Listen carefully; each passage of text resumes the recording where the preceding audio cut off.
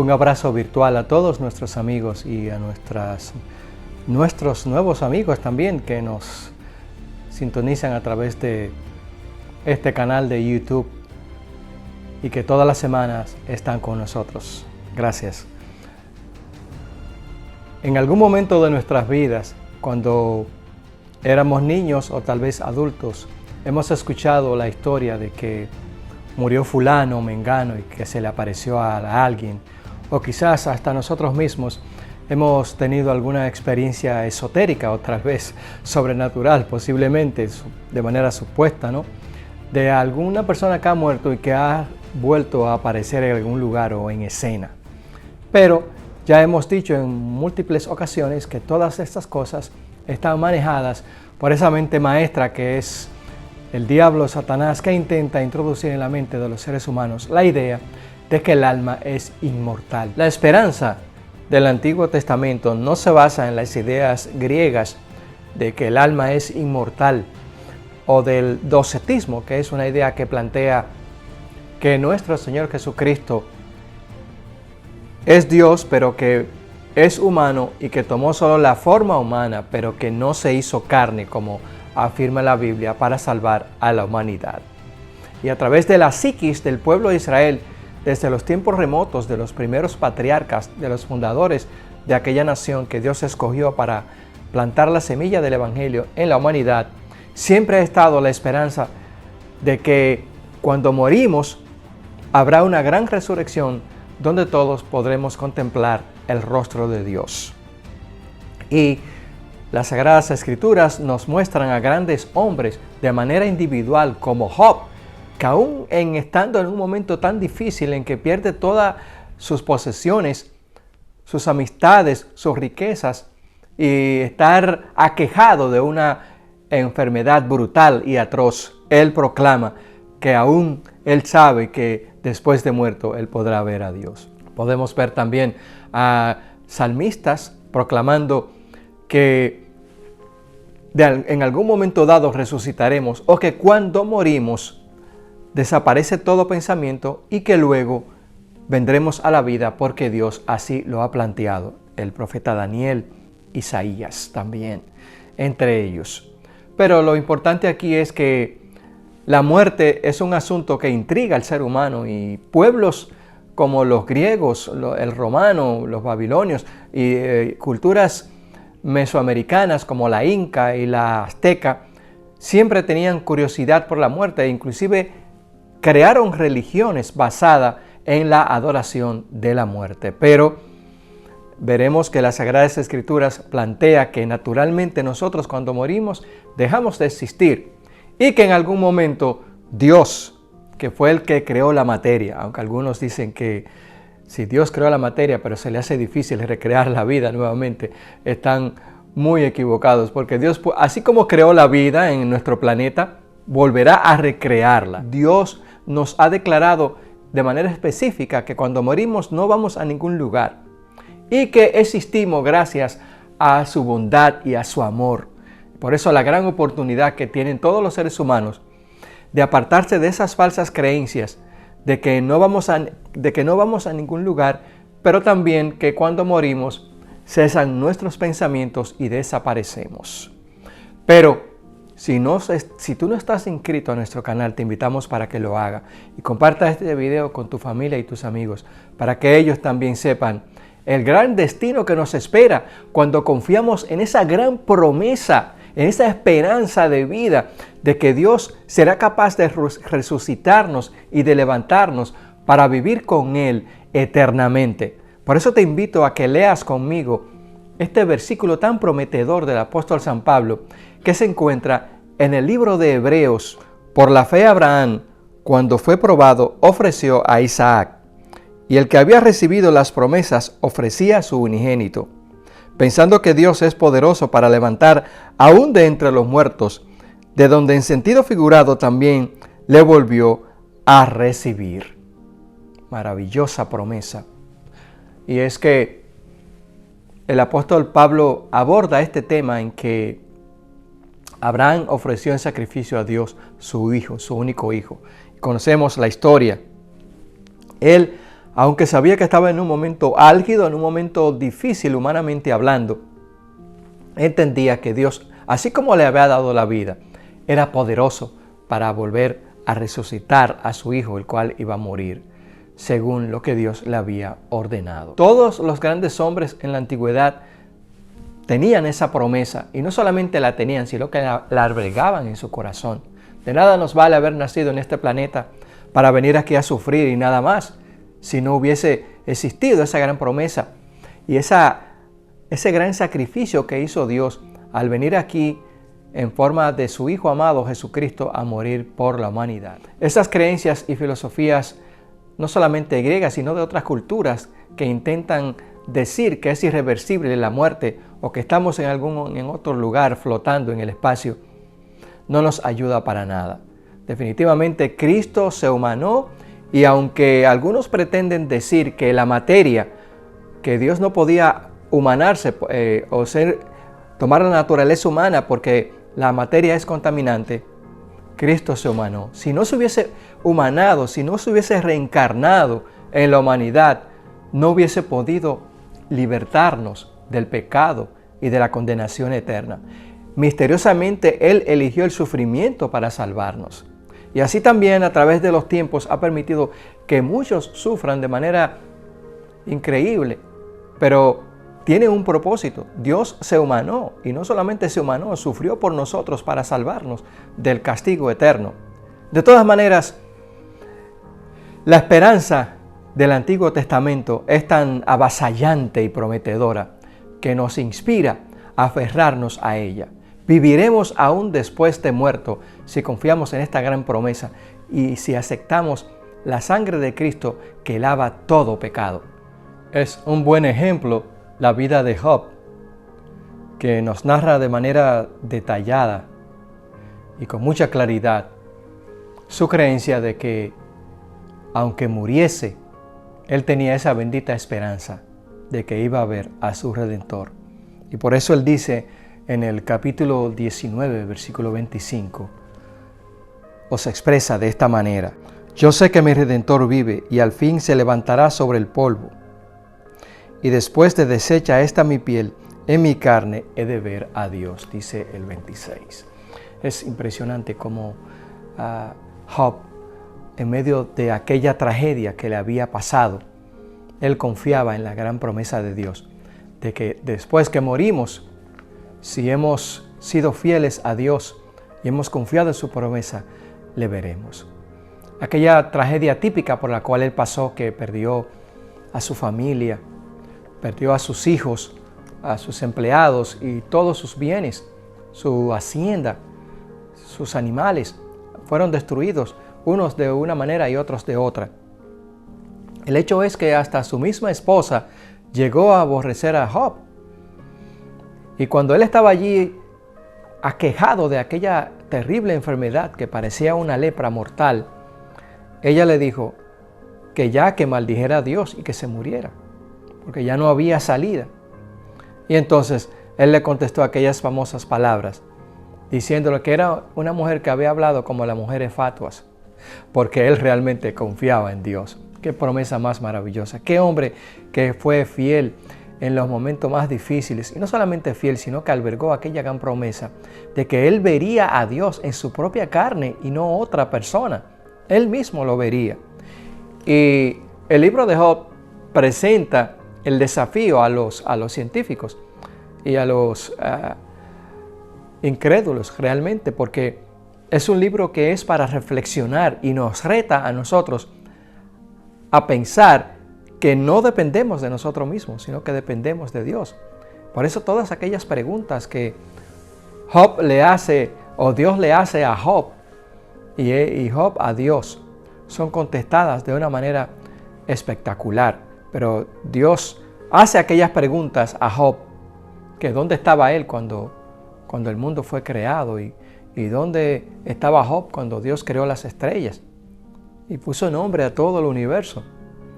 Y entonces realmente Job se ve y contempla su pequeñez desde el punto de vista humano ante Dios.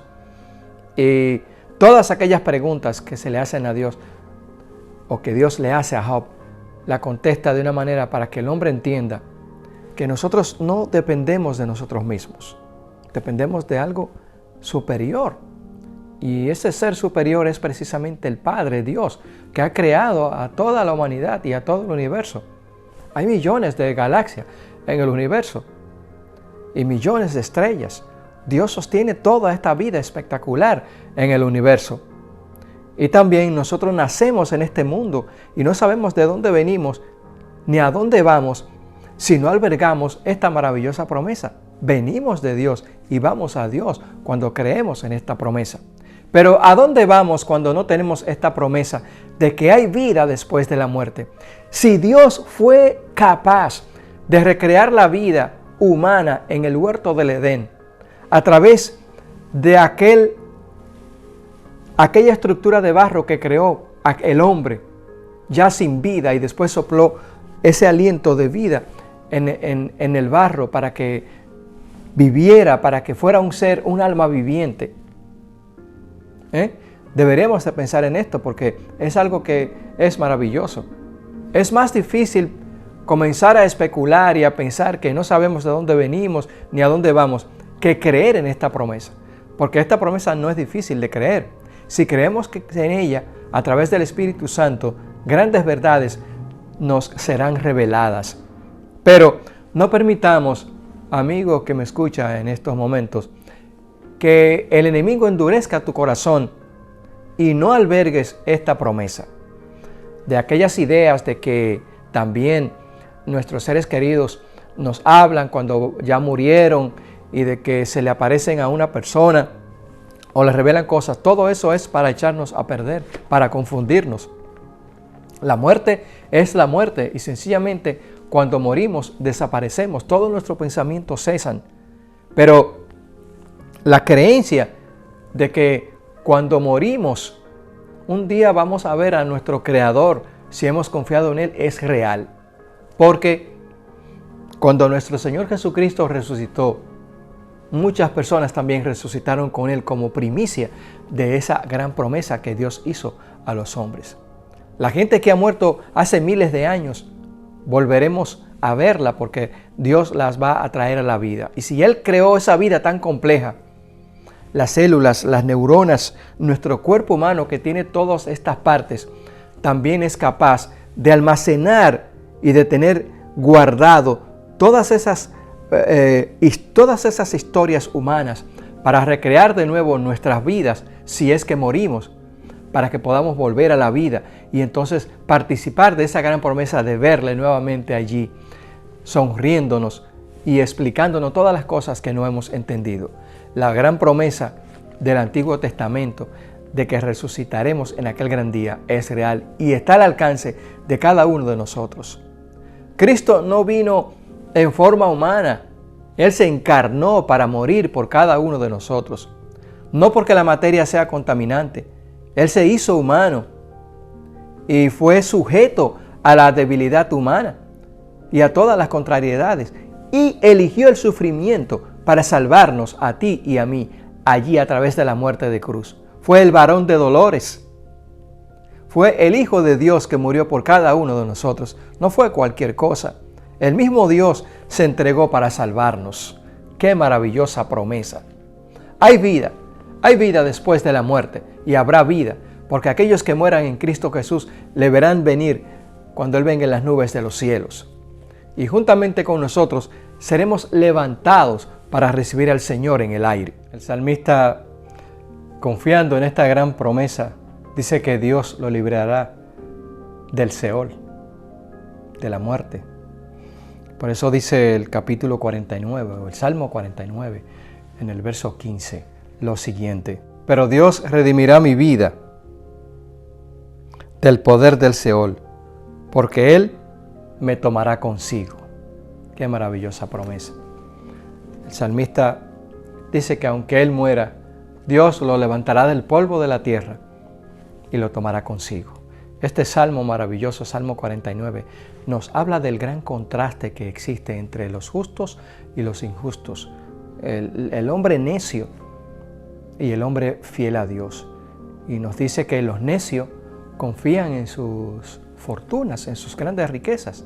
Y eso lo vemos a nuestro alrededor. Mucha gente piensa que acumulando grandes fortunas, sus vidas estarán más seguras. Es cierto, el dinero no es dañino, siempre y cuando se canalice de la manera correcta. Lo que estamos diciendo es que cuando confiamos en nuestro dinero, en nuestras posesiones materiales, entonces dejamos de confiar en Dios, porque pasa a tomar el lugar de Dios, el dinero y nuestra seguridad. Nuestra seguridad, según el salmista, Salmo 49, dice que está en Dios, porque la vida es muy injusta. No debemos de desesperarnos si vemos que los impíos prosperan o un vecino, porque Dios da las bendiciones para buenos y malos. Y si somos fieles a Él, también Él nos bendecirá en la medida en que Él crea necesario como hijos suyos.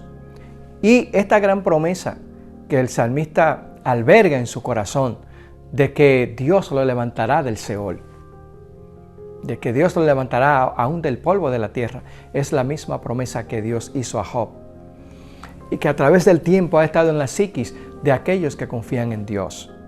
Notemos que los profetas, los patriarcas, también tuvieron esa promesa y la tenían y hablaban de ella. Y podemos decir también que en el tiempo de Jesús, la gente albergaba y confiaba en esa promesa. La muerte de Lázaro, cuando nuestro Señor Jesucristo le dijo a Marta que Lázaro no estaba muerto, sino que estaba dormido. Y ella le dijo, sí, yo sé que Él va a resucitar cuando el Señor venga en gloria. Y Jesús le dijo, te dije que si creyeras, que si crees, verás la gloria de Dios. Y efectivamente, Cristo le dio una prueba de la gloria de Dios, aunque un poco pequeña en comparación a lo que vendrá, pero sí se la dio. Y Él resucitó a Lázaro. Dios es capaz no solo de recrear la vida en el huerto del Edén, Él fue capaz de hacer eso, sino que también es capaz de recrear nuevamente la vida de aquellos que murieron en Él. Y volverá a traer todas las cosas de nuevo al presente. La vida pasada volverá al presente. Y entonces estaremos con Él para siempre, jamás. Conforme a la esperanza del Antiguo Testamento, se dice que el alma, cuando la persona muere, no que va a ningún lugar, sino que cesa, como hemos dicho anteriormente.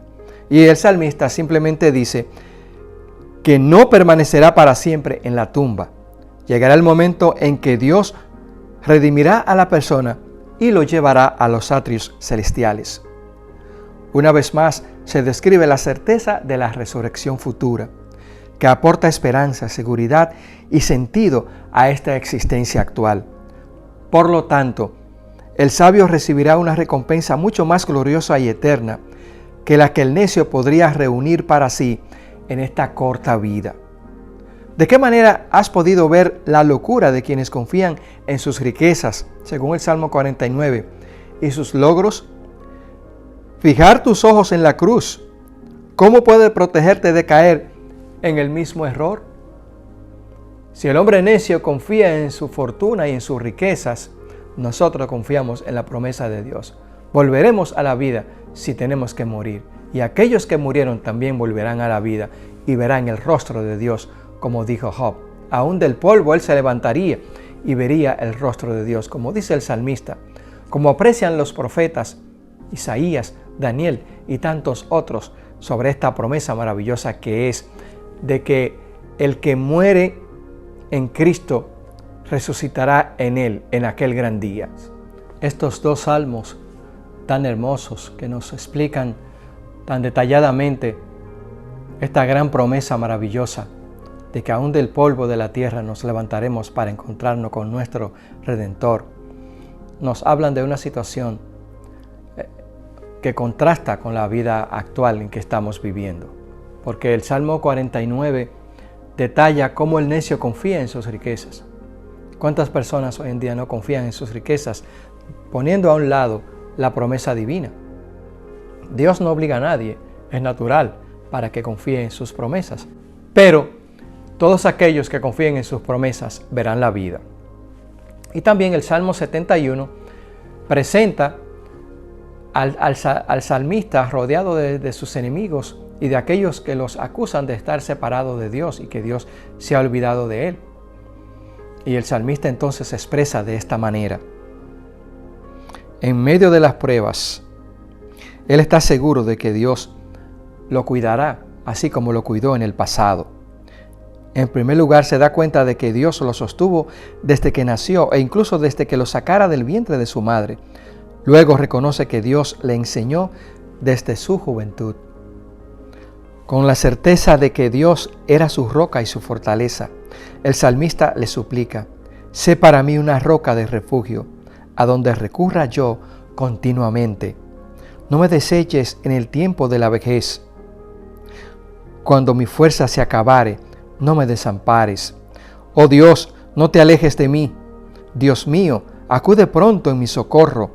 Y luego el salmista agrega: tú que me has hecho ver muchas angustias y males, volverás a darme vida, y de nuevo me levantarás de los abismos de la tierra.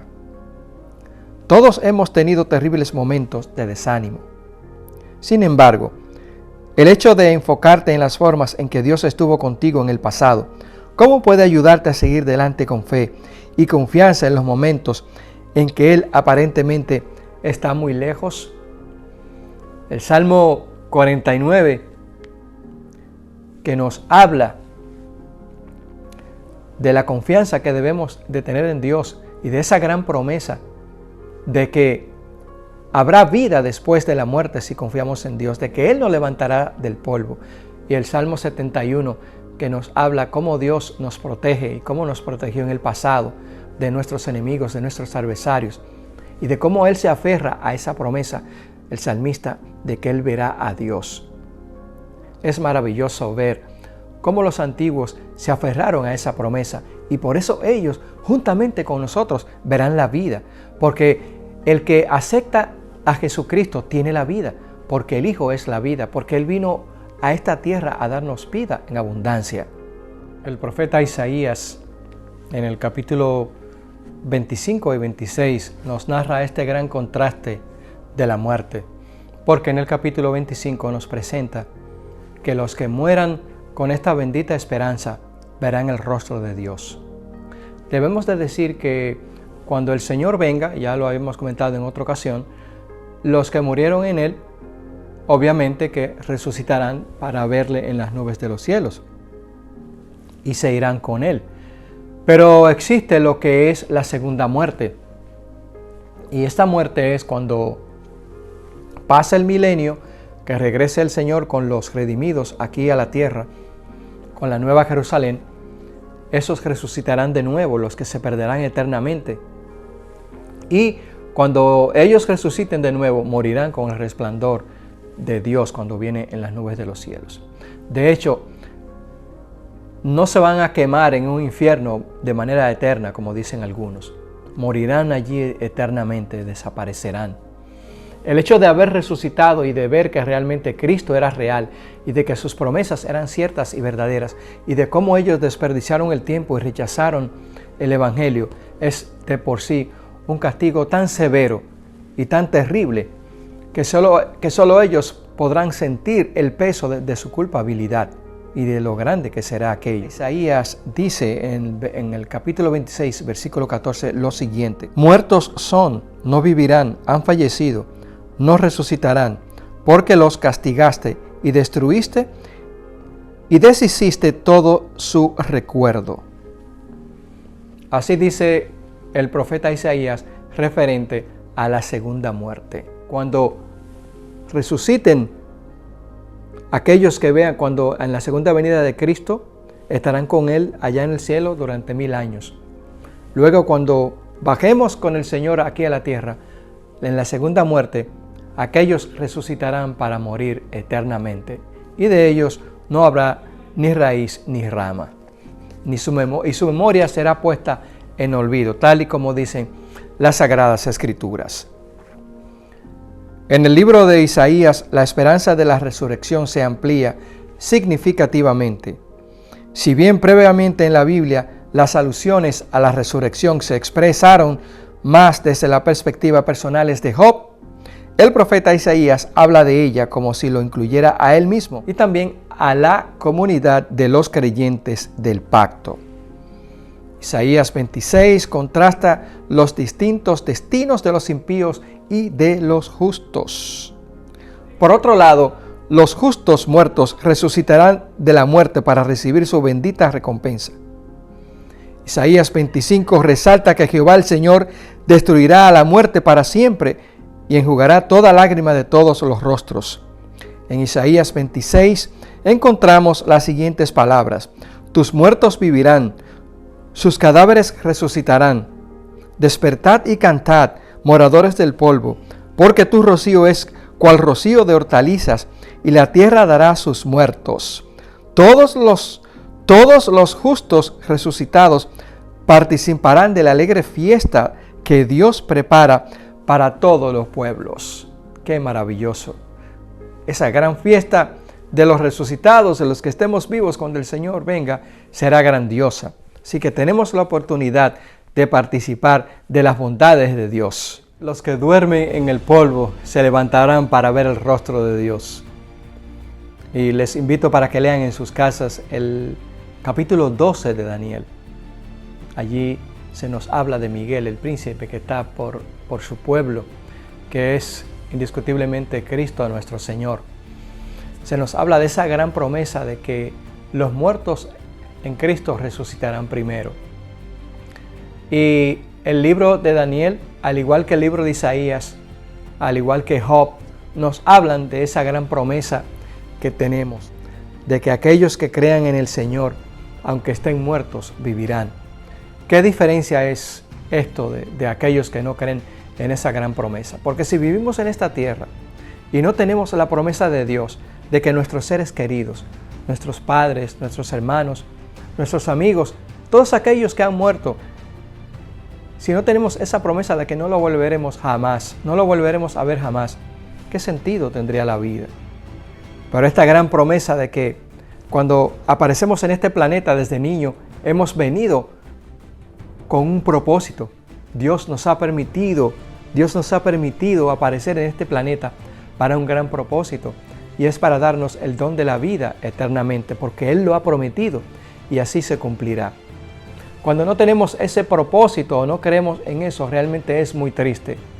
Dios está llamando a la humanidad, no obliga a nadie a que crea en que los muertos en Él resucitarán para ver su rostro, pero sí nos está llamando y nos está diciendo que creamos, porque su palabra es verdad, que las personas cuando mueren no van a ningún lugar, todo su pensamiento perecen, que la esperanza del Antiguo Testamento es para ti y para mí, y que así como los antiguos creyeron que se levantarían del polvo para ver a Dios, también nosotros veremos a Dios si estamos vivos y Él viene en nuestra generación, y si estamos muertos nos levantaremos del polvo para verle y viviremos con Él para siempre. Pero si no te has inscrito a nuestro canal, te invitamos para que lo hagas y active la campanita de las notificaciones para que te lleguen todas nuestras actualizaciones.